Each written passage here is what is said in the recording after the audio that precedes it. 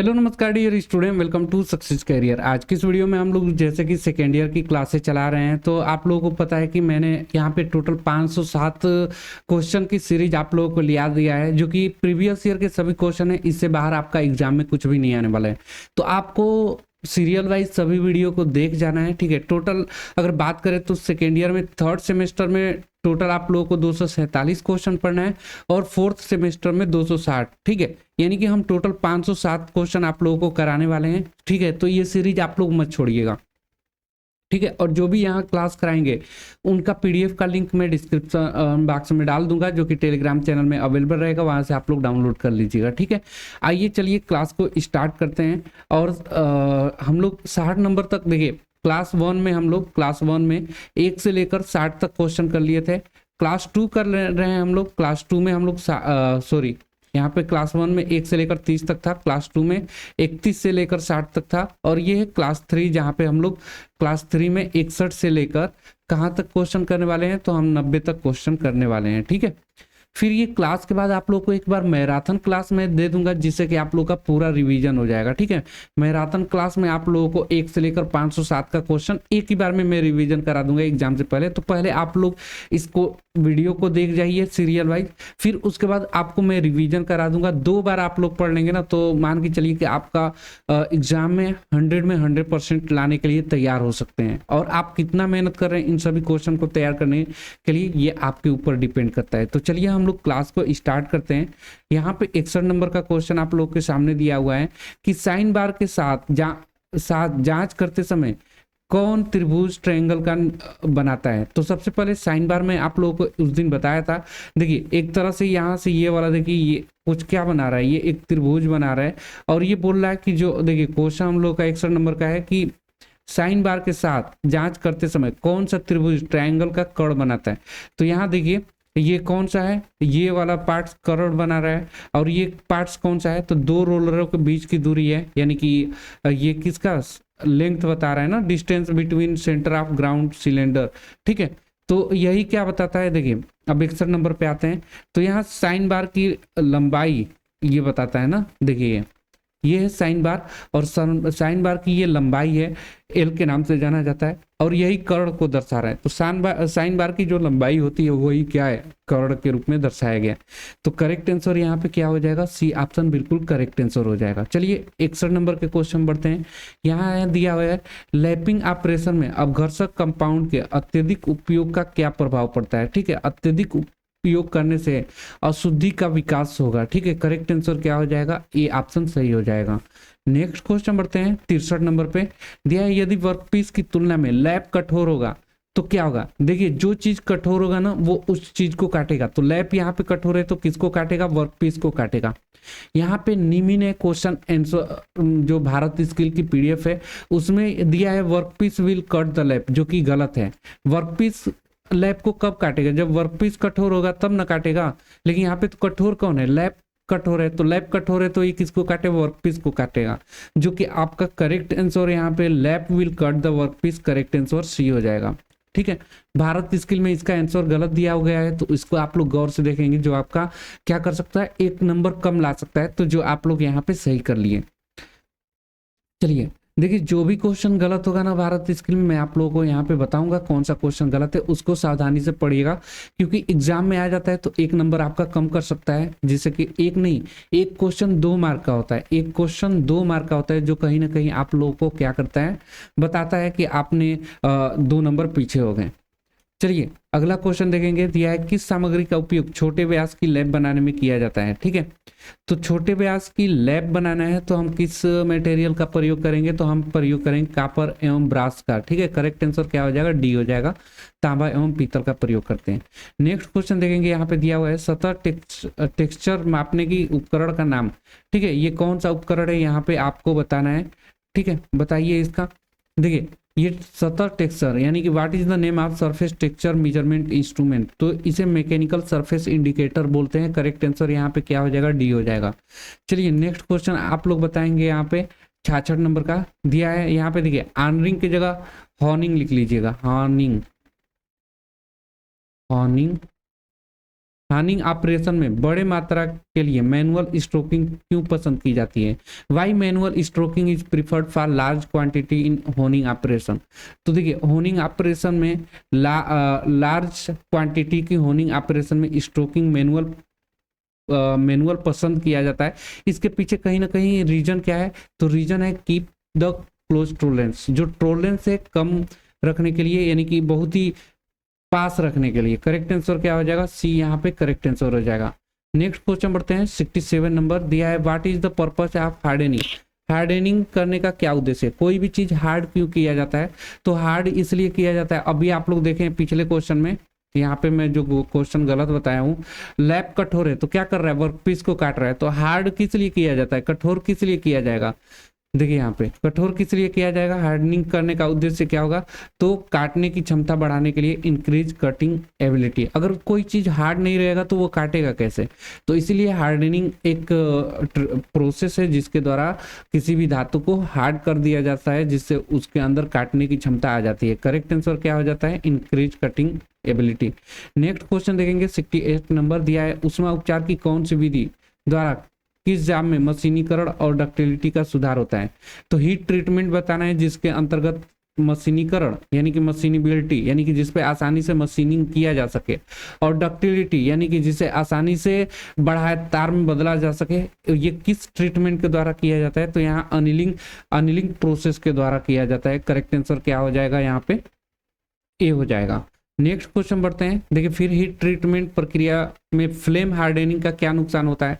तो flame hardening की जाती है, ये छोटे वर्कपीस के लिए उपयोग नहीं होता है फ्लेम हार्डनिंग। ठीक है, करेक्ट आंसर क्या हो जाएगा? यहाँ पे डी हो जाएगा। नेक्स्ट क्वेश्चन देखेंगे। 70 नंबर दिया, बेस मेटल पर मेटल की परतों को रोल या लेयर्स खींचने के द्वारा किए गए धात्विक कोटिंग करने की विधि का क्या नाम है? ठीक है, धात्विक कोटिंग करने की विधि का नाम क्लेडिंग कहलाता है। करेक्ट आंसर क्या हो जाएगा? 20 बी हो जाएगा। बेस मेटल पर मेटल की परतों को रोलर लेयर्स को खींचने के लिए प्रयोग किया जाता है क्लेडिंग का। नेक्स्ट क्वेश्चन देखेंगे यहाँ पे, यदि हब या पुली को अक्षीय रूप से कुछ दूरी तक शाफ्ट पर स्लाइड करना है तो किस प्रकार की कुंजी का प्रयोग करेंगे? तो हम लोग प्रयोग करते हैं फीदर की का। फीदर की। करेक्ट आंसर क्या हो जाएगा? यहाँ पे फीदर की। ए ऑप्शन बिल्कुल सही हो जाएगा। नेक्स्ट क्वेश्चन देखेंगे। यहाँ पे दिया है, what is the name of file. इस फाइल का नाम क्या है? तो इसे हम लोग बोलते हैं वार्डनिंग फाइल। ठीक है, वार्डनिंग फाइल। ठीक है, करेक्ट आंसर क्या हो जाएगा? यहाँ पे बी हो जाएगा। नेक्स्ट क्वेश्चन बढ़ते हैं। 73 नंबर दिया है, कौन सा नट बोल्ट के सिरे की चूड़ियों को नुकसान होने से बचाता है? ठीक है, कौन सा नट बोल्ट के सिरों चूड़ियों को नुकसान होने से बचाता है? यहाँ पे करेक्ट आंसर आप लोगों को कैप नट करेक्ट आंसर हो जाएगा, जो कि नट बोल्ट के सिरे की चूड़ियों को क्या होता है? नुकसान होने से बताता है कैप नट। अगला क्वेश्चन देखेंगे। यहाँ पे प्रिसीजन टूल्स रूम अनुप्रयोग के लिए किस ग्रेड के स्लिप गेज का उपयोग किया जाता है? तो ये ग्रेड 0 का प्रयोग किया जाता है प्रिसीजन टूल्स के रूप में। ठीक है, करेक्ट आंसर क्या हो जाएगा? यहाँ पे ग्रेड 00 हो जाएगा, सॉरी ग्रेड 0 हो जाएगा।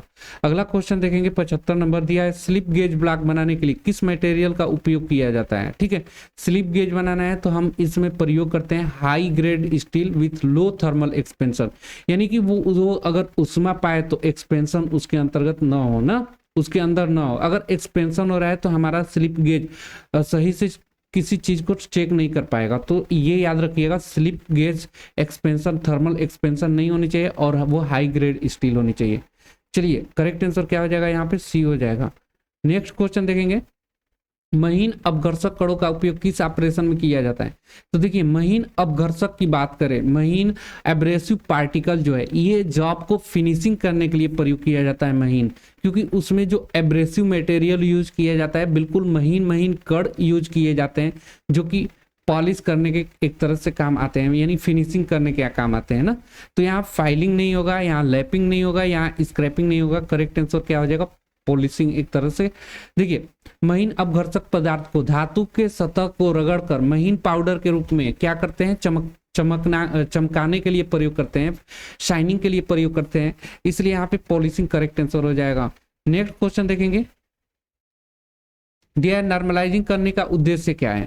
ठीक है, नॉर्मलाइजिंग क्यों किया जाता है ये आपको बताना है। तो नॉर्मलाइजिंग करने का उद्देश्य जो होता है उसके अंदर कोई भी धातु उसके नॉर्मलाइज कर रहे हैं तो उसके अंदर स्ट्रेस यानी कि जो तनाव है और स्ट्रेन वो क्या हो जाए, दूर हो जाए, वो दूर हो जाए, इसके लिए प्रयोग करते हैं। तो करेक्ट आंसर क्या हो जाएगा, remove stress strain correct answer हो जाएगा। नेक्स्ट क्वेश्चन देखेंगे, दिया है स्टील की किस संरचना में 0% कार्बन होता है, which structure of steel content 0% carbon. तो यहाँ देखिए 0% कार्बन की संरचना किस में होती है, फेराइट में होता है। करेक्ट आंसर क्या हो जाएगा यहाँ पे, ए ऑप्शन सही हो जाएगा। नेक्स्ट क्वेश्चन देखेंगे, दिया है what is the method of the surface hardening, surface hardening करने की विधि का क्या नाम है। यहाँ पे देखिए ये एक इंडक्शन लगाकर इसकी सरफेस की हार्डनिंग की जा रही है ना, ये सरफेस है, ठीक है, सिलेंडर जॉब है इस पे, ये इसके ऊपर क्या कर दिया गया है, इंडक्शन को लपेट दिया गया है यहाँ। तो ये करेक्ट आंसर क्या हो जाएगा, इंडक्शन हार्डनिंग करेक्ट आंसर हो जाएगा। ठीक है, चलिए आगे के क्वेश्चन बढ़ते हैं। 79 के बाद 80 नंबर का क्वेश्चन देखेंगे, दिया है यूनिडायरेक्शनल टॉर्क को प्रेषित करने के लिए किस प्रकार की कुंजी का उपयोग किया जाता है, which type of key is use to transmit high torque on both direction. देखिए यूनि डायरेक्शन का मतलब है एक ही डायरेक्शन, कोई एक डायरेक्शन में ये मूव करेगा, ठीक है। तो इसके लिए हम लोग जो यूज करते हैं वो आपको बताना है कौन सा की इस्तेमाल किया जाता है। तो वो टेंजेंशियल की करेक्ट आंसर हो जाएगा ना, टेंजेंशियल की यहाँ पे करेक्ट आंसर हो जाएगा। नेक्स्ट क्वेश्चन देखेंगे, दिया है what is the use for ring gauge, ring gauge का प्रयोग किस लिए किया जाता है। ये बहुत ही अच्छा क्वेश्चन है, कॉम्पिटिटिव एग्जाम में भी पूछता है। जब भी रिंग गेज की बात आए तो बाहरी व्यास मापने जांचने के लिए बाहरी व्यास जांचा जाता है, ठीक है। तो ये याद रखिएगा। और उसके बाद आगे अगर आपका क्वेश्चन पूछता है थ्रेड रिंग गेज, ये याद रखिए दोनों में डिफरेंट है, थ्रेड रिंग गेज, ये थोड़ा गौर से देख लीजिए। सिर्फ रिंग गेज बोलेगा तो बाहरी व्यास जांचने के लिए, थ्रेड रिंग गेज बोलेगा तो आंतरिक व्यास को चेक करने के लिए, आंतरिक व्यास को चेक करने के लिए, ये याद रखिएगा, दोनों बहुत ही महत्वपूर्ण है। तो यहाँ पे रिंग गेज का उपयोग किस लिए किया जाता है, शाफ्ट की बाहरी डायमीटर को चेक करने के लिए, बाहरी व्यास को चेक करने के लिए। Check the shaft external diameter, यहाँ पे करेक्ट आंसर हो जाएगा बी, बाहरी व्यास जांचने के लिए। अगले क्वेश्चन पे चलते हैं। देखिए 82 नंबर दिया है आंतरिक धागा, यानी यहाँ थ्रेड लिख लीजिएगा, आंतरिक थ्रेड की सटीकता की जांच करने के लिए किस गेज का उपयोग किया जाता है। तो अब भी हमने यहाँ पे बताया है आंतरिक व्यास चेक करना है ना, तो आंतरिक व्यास की थ्रेड चेक करने के लिए तो किसका प्रयोग करेंगे, थ्रेड रिंग गेज का प्रयोग करेंगे ना, ठीक है, थ्रेड रिंग गेज आंतरिक थ्रेड की सटीकता की जांच करने के लिए। देखिए आप लोगों को समझ में आ रहा होगा, यहाँ पे दिया what is the name of gauge, विभिन्न तरह की गेज मैंने पीछे आप लोगों को क्लास में कराया है। यदि आप एक पहला और दूसरा क्लास देखेंगे ना तो सारे थ्रेड के बारे में मैंने एक ही जगह डिटेल से बताया है। यहाँ पे अगर मैं बार बार वो बताऊंगा ना तो वीडियो लंबा होगा। अब वैसे भी आप सीरियल वाइज वीडियो को देखते हुए यहाँ आए हैं तो आपको पता चला होगा कि मैंने सारी डिटेल बताई है। देखिए और आईटीआई की तैयारी के लिए जैसे कॉम्पिटिटिव एग्जाम हो गया या आपकी आईटीआई, तो सक्सेस कैरियर ऐप जरूर डाउनलोड कर लीजिएगा, आपकी एग्जाम की तैयारी के लिए काफी हेल्पफुल होगा। दिया what is the name of gauge, gauge का नाम क्या है। यहाँ पे देखिए एक गेज दिखाया गया है जो कि टेपर आकृति का है, कैसा, टेपर आकृति का दिखाया गया है, तो इसे हम लोग क्या बोलेंगे, taper ring gauge correct answer हो जाएगा यहाँ पे, ठीक है। आगे क्वेश्चन बढ़ेंगे, दिया है विशेष आयाम के लिए स्लिप गेज का निर्माण करने की प्रक्रिया क्या कहलाती है।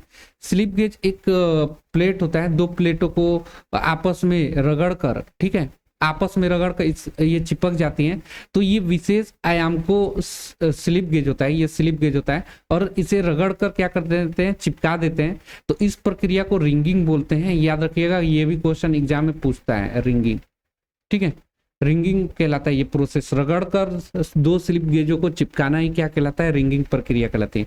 तो यहाँ विशेष आयाम को नापने के लिए स्लिप गेज का निर्माण करते हैं, तो ये क्या कहलाता है, करेक्ट आंसर क्या हो जाएगा यहाँ पे, तो यहाँ करेक्ट आंसर हो जाएगा start ringing with small size slip gauge, छोटी स्लिप गेज को रिंगिंग शुरू करना, ठीक है, सॉरी। तो देखिए रिंगिंग क्या है, दो स्लिप गेजों को क्या करना है, इस पे स्लाइड करके चिपका देना ही क्या कहलाएगा, रिंगिंग कहलाएगा। अगले क्वेश्चन पे बढ़ते हैं। 85 नंबर दिया है कौन सी प्रक्रिया मिलने वाले घटकों के बीच फिट की गुणवत्ता में सुधार करती है।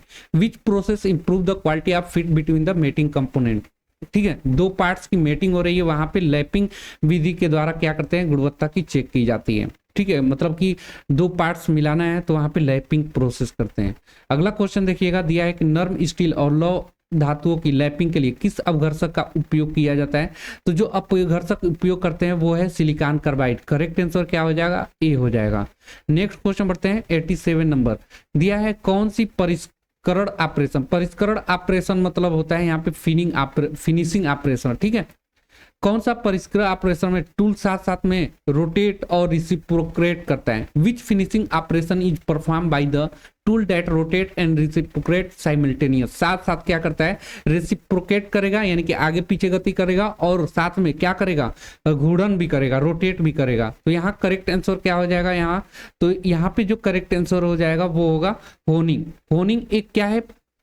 फिनिशिंग ऑपरेशन है, ठीक है। पहले से किए गए छिद्र को फिनिशिंग करता है होनिंग प्रक्रिया द्वारा, ठीक है। तो ये क्या हो जाएगा? B option, honing finishing operation है। करेक्ट आंसर बी हो जाएगा। नेक्स्ट क्वेश्चन देखेंगे। दिया है, रिंग प्रकार के लैप में छेद क्यों प्रदान किया जाता है? ठीक है। Why holes are provided in ring type lapping? तो जब रिंग टाइप की लैपिंग की जाती है वहां पे छिद्र बना दिया जाता है। वो क्या करता है? लुब्रिकेंट करता है? नहीं। रिमूव ऑफ हीट, गर्मी को दूर करता है? नहीं। होल्ड लैपिंग कंपाउंड, यानी कि वो क्या करता है? लैपिंग जो कंपाउंड है उसको होल्ड करने के लिए, पकड़ने के लिए प्रयोग की जाती है, ठीक है, लैप में छेद। करेक्ट आंसर क्या हो जाएगा? सी हो जाएगा।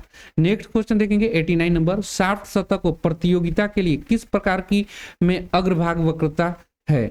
विच type of key has one face curvature to match the shaft surface?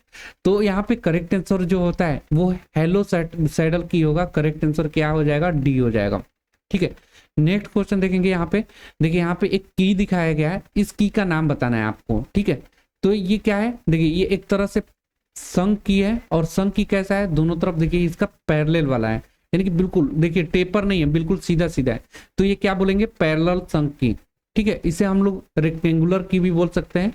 तो पैरेलल संक की क्या है? यहाँ पे दिखाया गया है। इस गेज का नाम क्या है? इस की का नाम क्या है? ये की क्या है? ये पैरेलल संक की है। तो हमने क्लास 3 को कंप्लीट कर लिया, ठीक है। आगे की क्लास में हम आप लोगों को क्लास 4 लाएंगे, जो कि 90, 91 से लेकर 120 तक रहेगा। थर्ड सेमेस्टर अभी चल रहा है। थर्ड सेमेस्टर में टोटल आप लोगों का 247 क्वेश्चन है, ये ध्यान रखिएगा। फिर उसके बाद फोर्थ सेमेस्टर चलेगा, जो कि सेकेंड ईयर, थर्ड और फोर्थ सेमेस्टर मिला के बनता है। तो आप लोग रेगुलर क्लास करते रहिए और अपने दोस्तों के साथ और अपने ग्रुप में, ITI की ग्रुप में शेयर कर दीजिए कि आपके और दोस्तों की भी तैयारी हो जाए। आज के लिए वीडियो में इतना ही। Thanks for watching this video guys. मिलेंगे नेक्स्ट वीडियो में, तब तक के लिए बाय, जय हिंद।